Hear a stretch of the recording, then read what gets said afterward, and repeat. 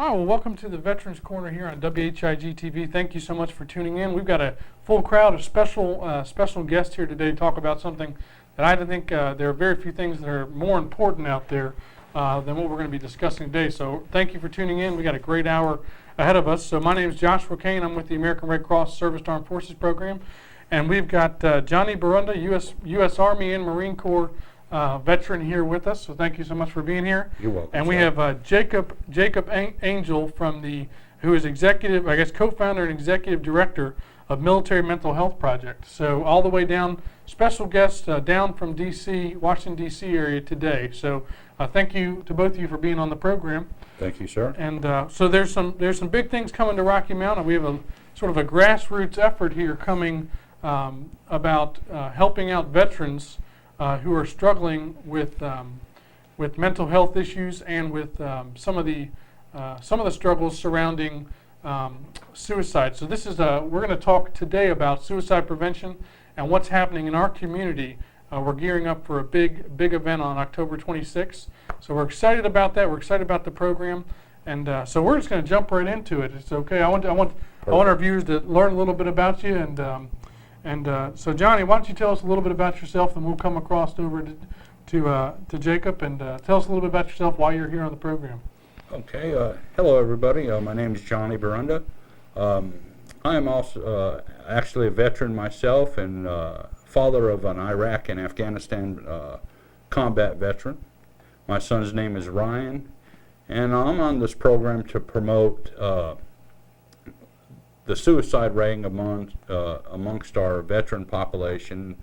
My wife and my son have tried to commit suicide more than once and was almost successful about 5 weeks ago. We live in Wilson. A lot of people might have heard about that, but we just wanted to go on record as saying that there's actually a story behind a lot of things that you see about today. This is not an isolated incident. And we met Mr. Jacob here from the Military Mental Health Project out of Washington, D.C. He was very instrumental in helping us with our son. And we felt compelled and passionate enough to get the word out to the community and to other veterans as to what's going on and the epidemic that we're now facing as a nation with military and veteran suicides and the risk that post-traumatic stress disorder and the lack of treatment carries along with it. So that's basically what we're here to. Well, Johnny, thank you for being here, and thank you for sharing part of your family's story and using it to promote something that's very important and we need to be aware about. Thank you. So, Mr. Jacob Angel from Washington D.C., or I guess it's Arlington, the same area. Co-founder and executive director of the Military Mental Health Project. So you made a special trip down here, which we obviously appreciate in a major way. And so tell us a little about the mission and your organization. Well, really, I'd just like to start off by, first off, saying how incredibly heartwarming it is to hear that I was able to help you with your son's unique situation. And really, this is one of the reasons why we sort of started the Military Mental Health Project, was to really create a culture where it's okay for veterans to come forward and say that they may be gripping with something that has to do with their mental health, whether it be thoughts of suicide or PTSD, or really any sort of feelings that they're having surrounding anything that they may have done overseas or even here in the States. The real goal of our organization is to advocate and ensure that every veteran in this country is getting what they deserve. And it is something that they deserve because they, in many cases, a lot of soldiers and men and women who have signed up for our country's armed forces have given the ultimate sacrifice. And that's not only those who have passed on, but those who have come back with not only physical wounds, but a sort of mental baggage of what has happened overseas. I've had the unique privilege of talking to a lot of veterans about what they've seen, things that they've done, and as a civilian myself, it's incredibly difficult for me to fathom what they've gone through. But something that I can do is I can use my experience having dealt with government, nonprofits, and really other government agencies to get them the services that they deserve. And that's really what we're all about at the Military Mental Health Project. I have an incredible team behind me. I really wish they could be here with me, but they have other commitments. And really the thing is that our organization, I may be our executive director, but it is a complete team effort. We rely a lot on donations from the general public, volunteers, and in fact a large portion of our board of directors and advisory board who really help us sort of guide the organization in this vein of things like the Call to Action Summit surrounding military suicide on October 26th at the VFW in Rocky Mount, North Carolina, is really why I do the work I do. Because the biggest thing here is to create not only that culture of acceptance for veterans who feel the need to come forward and express their feelings and really get the help that they need in order to have long, fulfilling lives that they're able to be content with whatever they may have done. Regardless of how they're feeling about it, they need to ultimately come to peace with that fact. And until they can do so, a lot of vets have told me that they're not able to lead the kind of life that they had before they went overseas. And the biggest thing with this summit in particular is that I want to give our veterans, give our community members, and give the loved ones of those veterans the tools and skills to move forward with the VA, because what we're dealing with is a broken system. The last I read was that the VA backlog stands at around 153,000 unprocessed cases. And these are cases ranging from someone who needs money for a prosthetic leg to someone who needs basic health care in terms of dental, something as simple as a primary physician. And the fact of the matter is that this country, when these men and women signed up to join our armed forces, made a commitment to those men and women to meet their needs when they come back. Because if they serve this country, then we need to serve their needs when they come back. I think it's a great point, and I tell you, there's a lot of people who understand, and we have a great community here who's, even though we don't have an active duty base, we have thousands of veterans who live in our communities just in our Tri-County area. And they understand, and it's very supportive through this program, through organizations and like the VFW, American Legion. This is a great organization. This is a great community that's going to embrace an event we're going to talk about after the upcoming break. You know, having served as a medic, you know, being trained on how to help care for some of the physical needs and physical wounds that come back. There's a lot that goes into that, but it's great to have people like yourself and organizations like Military Mental Health that are there in realistically a very similar capacity to help treat the psychological wounds of our men and women who are coming back and who have served. So we're excited about that. We're going to take a break in a moment, but we're going to come back and tell you about a little bit more about Military Mental Health Project, but also about this summit we're talking about and the plans that are going to be that are in place right now. 4 weeks from this Saturday, we will be having on October 26th a call to action summit right here in Rocky Mount, and so we're going to dig a little bit deeper into what all's entailed with that, and then also how you can get involved. So why don't we cue the commercial, and we will be back right after this. I am an American soldier. I'm a warrior and a member of a team. I serve the people of the United States and live the Army values. I will always place this first. I will never accept defeat. I will never accept defeat. I will never quit. I will never leave a fallen comrade. I am disciplined. I am disciplined.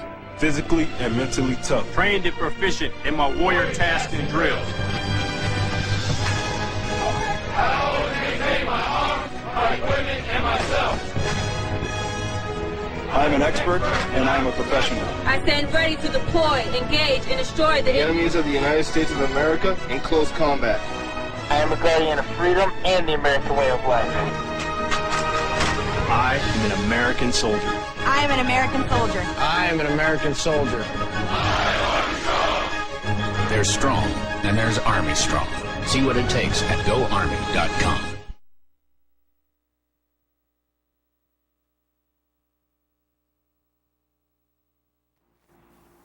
All right, welcome back to the Veterans Corner here on WHIG TV. Thank you so much for tuning in. If you caught the first segment of our show, we've got a lot going on, a lot of things coming down the pike here. We've got Jacob Angel from Military Mental Health, Executive Director there, and we got Johnny Barunda, U.S. Marine Corps veteran, Army veteran, who's got a personal story that he has shared with us that is we appreciate so much.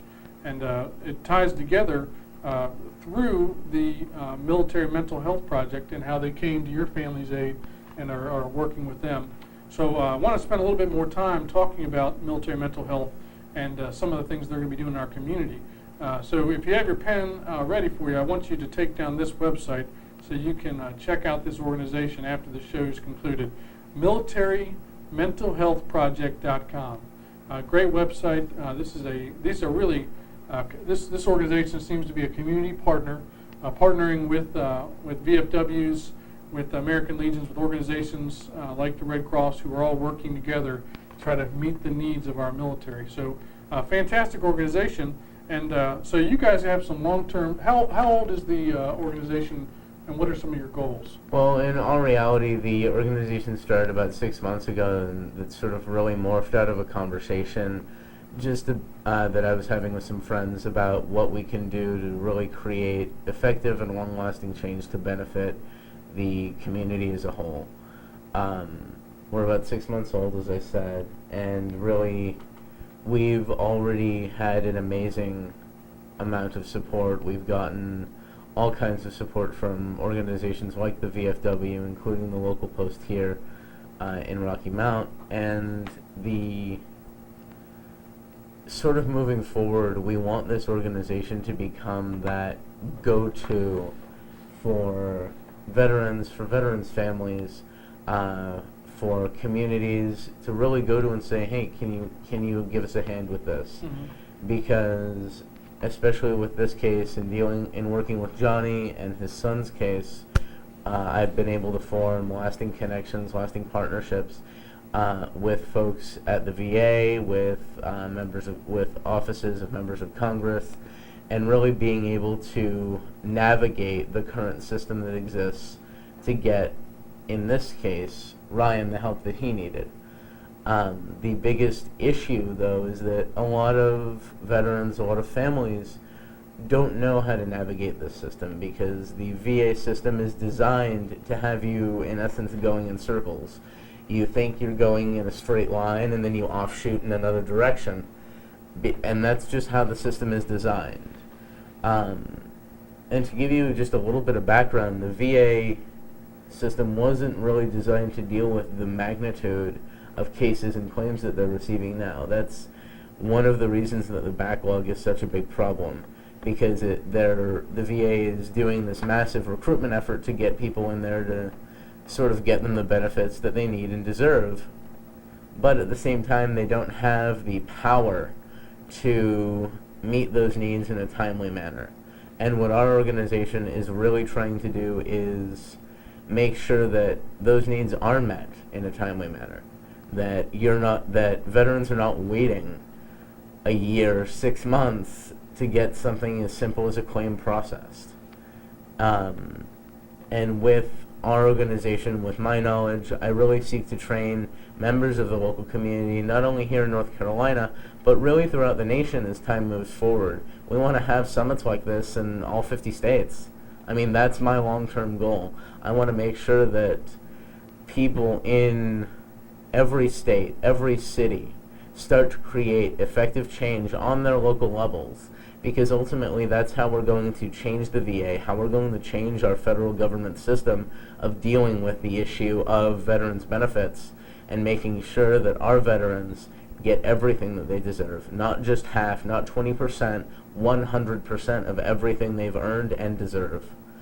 Our organization also seeks to educate the surrounding community. You may not be a veteran. You may not know many veterans. You may not have any kind of connection.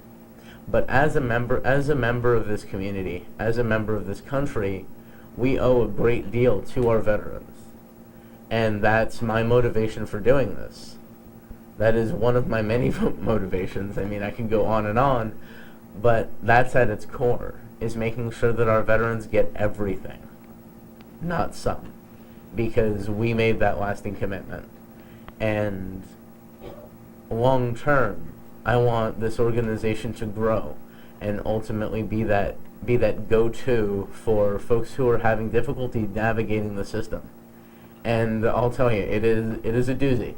It is a big deal to get from point A to point B, let alone to that end goal. I mean, I think that Johnny can even speak to that, of the difficulties that he's faced. I can safely say I've been on the phone with him for 5 hours, just going from person to person and sitting on hold for 15 minutes. Yeah. Yeah, I spent about 3 hours yesterday in our super clinic, the VA in Wilmington, North Carolina. Brand new, in fact, but also still supported by our VA in Fayetteville, North Carolina. And there are a lot of well-intentioned, good people working in the VA system, but like you said, the system is really set up to work. It is a struggle you have to navigate through, and even the staff who are working very hard are getting pushed around in a lot of different ways. I know that there are a lot of people like yourself, like my organization, that are trying to get in and trying to help lighten the burden that is on not only the VA, but also on each one of the patients they take care of, our heroes, our veterans. So as we move forward and talk a little bit more about the summit, I know you've talked about sort of at a higher level some of the things you're doing with the VA, trying to help navigate that system, which is full of red tape and bureaucracy and very difficult. At the individual level, I mean, what are some things, and we're talking to a viewing audience that may know veterans, may live with veterans who are struggling with this. What are some things they can be looking at? I'm sure we're going to talk about this at the summit in a couple of weeks. What are some of the things they can be paying attention to help recognize and help start moving in the right direction when they see that veteran, that loved one, struggling with some mental health issues? Well, the thing is that what we are going to talk about at the summit is sort of those early warning signs. Similar to when your car has the check engine light, people show signs that there may be something going wrong. And in terms of suicide, which is the main focus of our summit here in North Carolina, we really want to focus on the fact that if you see someone a loved one, a friend, who's really engaging in a lot of self-destructive patterns, drug and alcohol abuse, getting in trouble with the law, something as simple as even talking or even joking about committing suicide or causing bodily harm to themselves or others is a sign. That is a sign, and if you see these signs, I encourage all of you to reach out, because one of the leading causes in a lot of vets who I've, again, had the privilege to talk to about this, because it's incredibly hard for our veterans to come forward and say, well, I'm dealing with this, because there's this set-up culture in the military where mental health issues are not an actual problem. And that is something that needs to just be eradicated overall, because it is a problem. It's a long-lasting problem. And as difficult as it was for them to talk to me about this, I'm very happy that they did, because they told me that the number one thing that led them to start thinking about these things, to turn to alcohol and drugs, was that feeling of being alone, of feeling that no one really knows what I'm going through. And the thing is that there are a lot of veterans, a lot of people who maybe know what that's like, who know what it's like to contemplate taking your own life. And these are very serious things to think about. And you can't simply approach it from an, oh, how are you feeling standpoint. You need to take them aside and sort of be a little tough and say, hey, why are you talking about killing yourself? Why do you have all of these DUIs? Why are these things happening? Don't be afraid to question your friends and family if you think that they're being destructive to themselves, because that is a sign that there's a greater problem. And that is something that each and every one of us can do if we see it happening. Yeah, you bring up some great points there, and one of the themes that keeps coming across in my mind is that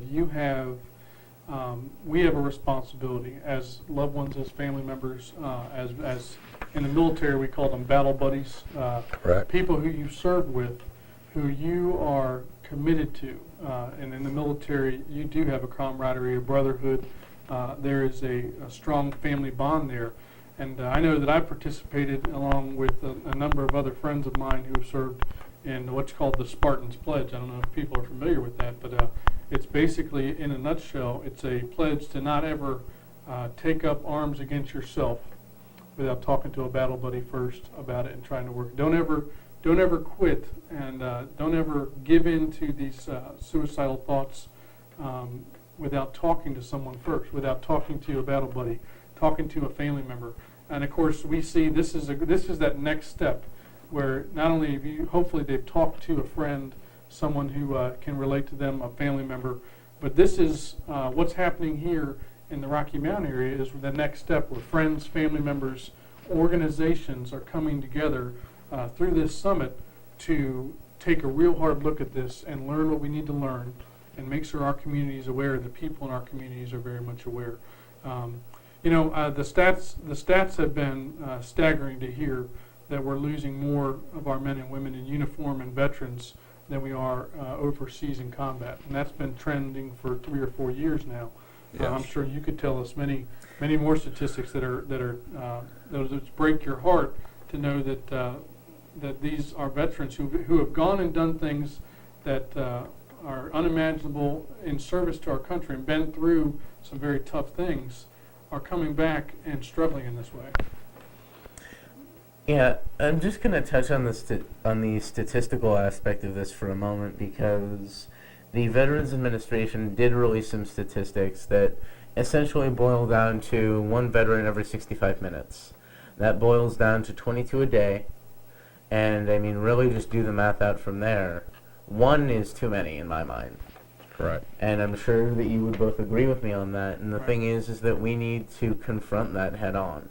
We can't sit idly by and just keep letting this happen, because we're losing our men and women in uniform, and they've given us so much, and now it's time for us to return the favor. Another portion of the organization that it's really in the development stages right now is creating those sort of advocates in each community. Not really an advocate, but someone who is able to relate to those veterans who are in crisis, who are having problems. Because as much as I would love the power to bring people back once they've taken their life, I can't do that, and none of us can. The key thing is to recognize the signs and to get there early enough. We need to make sure that we're educating everyone in every community. Because the fact of the matter is there are veterans all over this country, all over the world. And it's a greater problem when we have a U.S. government agency like the VA saying that we're losing 22 people a day. Right. That's not okay with me, and it shouldn't be okay with anybody. And I'm pretty sure that it isn't. Yeah, and in so many ways, the war is continuing at home. The battle is continuing in some of our warriors' minds. Sit back and think about that statistic. Our show is about an hour long, 60 minutes long, and you said 65 minutes we'll lose one veteran or military personnel. We have to realize right now that time is not something we have to spare. That this Right. is something we have to get on right away, and so that's what Rocky Mount is preparing. Rocky Mount Wilson, our area is preparing to do on October 26th, which we're excited about. A lot of folks, to put it in the perspective and that a lot of people in the military might appreciate, we have, the mission does continue for these young men and women. The mission continues. There is a fulfilling life to live after the military, and they have to be able to identify that and find value in that and that's where family members come in. That's correct. So we're excited. We're going to come back. We've been promising a bit more details about this event. In our last segment, right after we go to break, we're going to come back, tell you about the when, the where. We're talking about the why, and all the different details of this Call to Action Summit that's going to be happening in our community. So why don't we get ready for a break, and when we come back, get some notes, get yourself ready to take notes, talk to the veterans, be thinking about the people in your center of influence who you could bring out to this event, because we need to have as many people on board as possible in our community. So why don't we go to our quick break, and we'll be right back.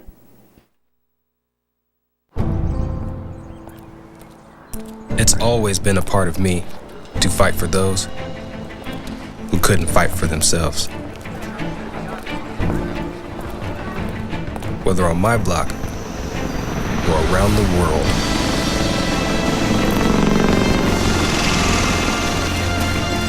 My name is First Lieutenant King, and I move toward the sounds of those who are in need of help. The few, the proud, the Marines.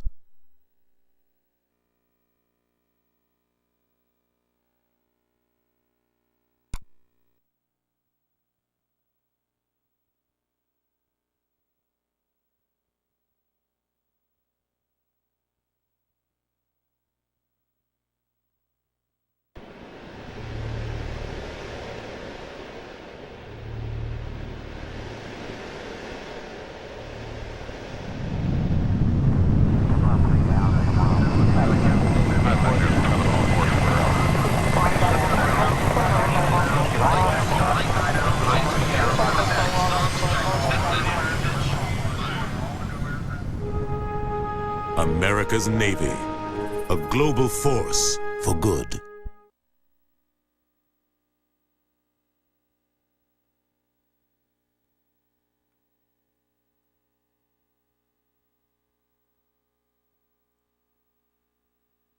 All right, welcome back to the Veterans Corner. Appreciate you staying tuned for this special hour of really a time to raise awareness about suicide prevention specifically, and about mental health issues that our men and women in uniform and our veterans have been struggling with. Again, we're here with Jacob Angel, who's the Executive Director of Military Mental Health Project, and Johnny Barunda, who's a veteran in our community and who is has personal experience in this specific topic. So we're going to get down to the nitty-gritty here about something that's happening in our community October 26th, which is a Saturday. Correct. And this is going to be at our VFW right off of 97? Highway 97, post 2057, right here in Rocky Mount. Right, so this is right around the corner, and this is going to be, what time are we going to be getting together out there? We're going to be the afternoon between 1 o'clock and 4 o'clock p.m. Yeah, I'd really encourage everyone who does plan on attending to maybe show up about a half hour early so you can make sure you get a seat, get settled. There's going to be a lot of opportunities for you to talk one-on-one with some of the experts that we're going to have. And if you have any questions, any pressing questions about the VA, about things that you may need or things that you know someone else needs, there is going to be a panel portion where you'll be able to raise your hand and really sort of ask questions of a panel of about 5 to 6 people. So come ready with questions. We'll be there to answer them.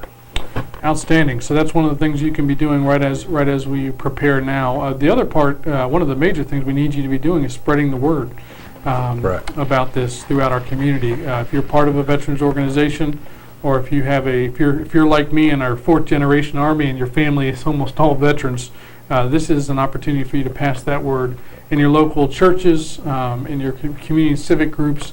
Let's get the word out about this, because it's a special opportunity and it's going to provide some serious resources for a very serious problem. So we're excited about that opportunity coming.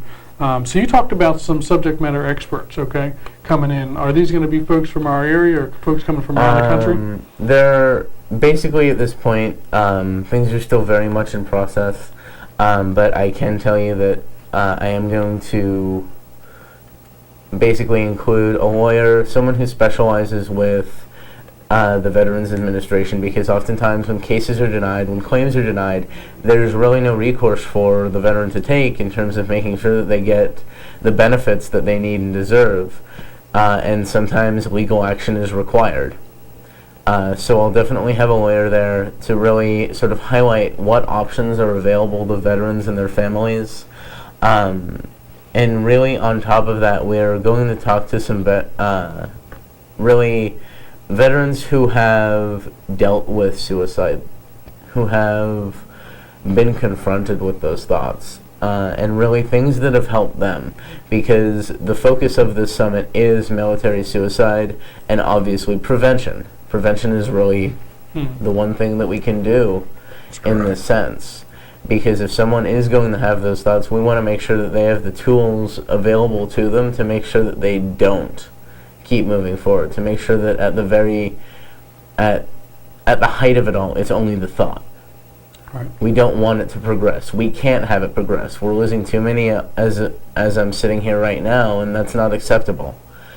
In terms of other experts, we are going to look into getting some government representatives, as well as myself. I'm a campaigner. I've been politically involved for quite a while, and really the best way to sort of confront this, since we all can't march up to Washington, D.C. and demand that the VA meet the needs and that really just demand that they meet the needs of the veterans population throughout the country, we need to start to create that effective change on the local level. You need to talk to your city council, talk to your county representatives, talk to your state assembly, state representatives, and really start to create a subsystem that will help those people who are inevitably going to fall through the cracks. When you have a large bureaucratic institution of any kind, there are going to be people who fall through the cracks, and we want to make sure that their needs are met as well. I think that's a great point, and that's one of another call to action item that we can do. We need to make sure that our leaders in our community know what's going on. I know you all are actively working about not only the marketing aspects of this to get the word out, awareness, but we need to make sure our leaders are present, because as we move forward, this is a big part of our population, and one is too many. So we need to make sure, talk to your city councilman, talk to your county commissioners. We need to even things like our local ROTC, who are training men and women who aren't even in the service yet, but who will ultimately come across, find themselves in situations and struggle maybe with PTSD or traumatic brain injuries that we're seeing coming back. We can get them prepared even ahead of time. So this is an opportunity, again, for you to get the word out, and we'd ask that you do that. You've got some details about the when and the where, and you know obviously why, so we need you to help to get that word out. And also along the same vein as working with the local ROTC is, if you are a veteran, I urge you and really ask that you share your story with that new generation. Because what we're finding is that a lot of the returning service members were not adequately prepared for what they could face overseas. And the Army, the Navy, whatever branch of the military they go into is not adequately preparing them for these sort of quote-unquote side effects of serving your country. And they're pretty scary, to be honest. I mean, things like PTSD, thoughts of suicide, that is terrifying to me, and I'm sure it is to you as well. So share your story. If you want, you can contact us at the Military Mental Health Project. If you're comfortable with it, we will publish your story on our website. We'll share it with people. That way they're properly prepared. Outstanding. So these are some of the things we can do, and want to make sure we're very clear about who we're reaching out to here. We're reaching out to you, the veterans who are watching this program. The target audience is really any family member of a veteran, because it does take, Johnny was making a great point that this does take a toll on the family as the primary support system for this veteran. So, Johnny, you want to share anything about that? Yes, I sure would. Thank you, Josh. On a personal note, like I said before, my wife and I have dealt with our son, trying to take his own life, and it's very, very difficult on the families. And like I was telling the gentleman here, this is not an isolated incident. It's happening in the community. It's happening in the nation. It's a societal problem. It's a communal problem. And it's the first line of defense is the family members, whether it be a wife, a husband, parents, or siblings, or children of the men and women who are fighting for our country. You do have a voice. You do have a place that you can come out and talk to, get some help, and I highly encourage everybody to come out Saturday, October 26th at the VFW Post 2057 and get some of them answers to the questions that you've been laying awake late at night just wondering and praying to God what you can do. Well, we're ready to make something happen now, and this is the best place to do it, is right here at the grassroots level, and change does truly come from the bottom up. You know, that's a great point. You know, we can wait all day and all our whole lives for things to get straightened out in Washington, D.C. to fix some of the issues we struggle with. But we're going to continue to wait, and that's we need to change our expectation, change our thought process on the way we can affect change. Correct. It starts with you and me right here, and this is a call to action for all of us to do something. So I'm excited about the event. This is going to be something that not only affects Nass County, but the surrounding counties around and the veteran population around. So we want to get the word out far and wide, and we encourage you all to come prepared. Come prepared to receive resources, ideas, things that you haven't thought about. Because let's face it, this isn't something that not everyone out there is a mental health professional and may not know what to do. So, and I'm sure there are some resources available at militarymentalhealthproject.com. You have partners, people who have come from literally hundreds of miles away at this point to help us do this, and we have people like the Burundas who are stepping up, taking leadership roles, which we can't say how much we appreciate you all doing that. VFW, who's going to be hosting us in their building. This is going to take a teamwork to do this, but I think we can build a resilient community who is supporting our veterans, and we're not going to be a community that stands by and sees this generation of veterans struggle and eventually lose a battle to suicide. So we thank you for your time. I want to make sure that you all have an opportunity to, in closing, to tell us anything about what's going on that we haven't already covered. So I want to make sure you have that opportunity at this point.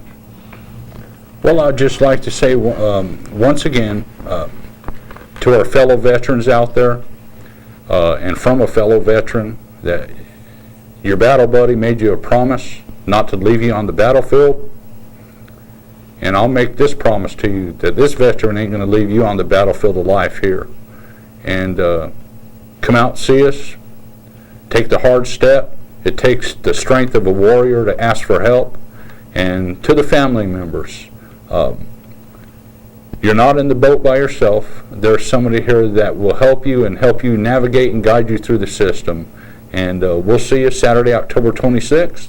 And look forward to putting a lot of good information out and getting to meet everybody. Yes, and I'm just going to completely echo everything that Johnny said. And most importantly, to the veterans out there who are dealing with those thoughts of suicide, who are really gripping with those difficulties, you're not alone. There are many, many veterans out there who have had those thoughts and have come out on the other side better, improved, and are living those full,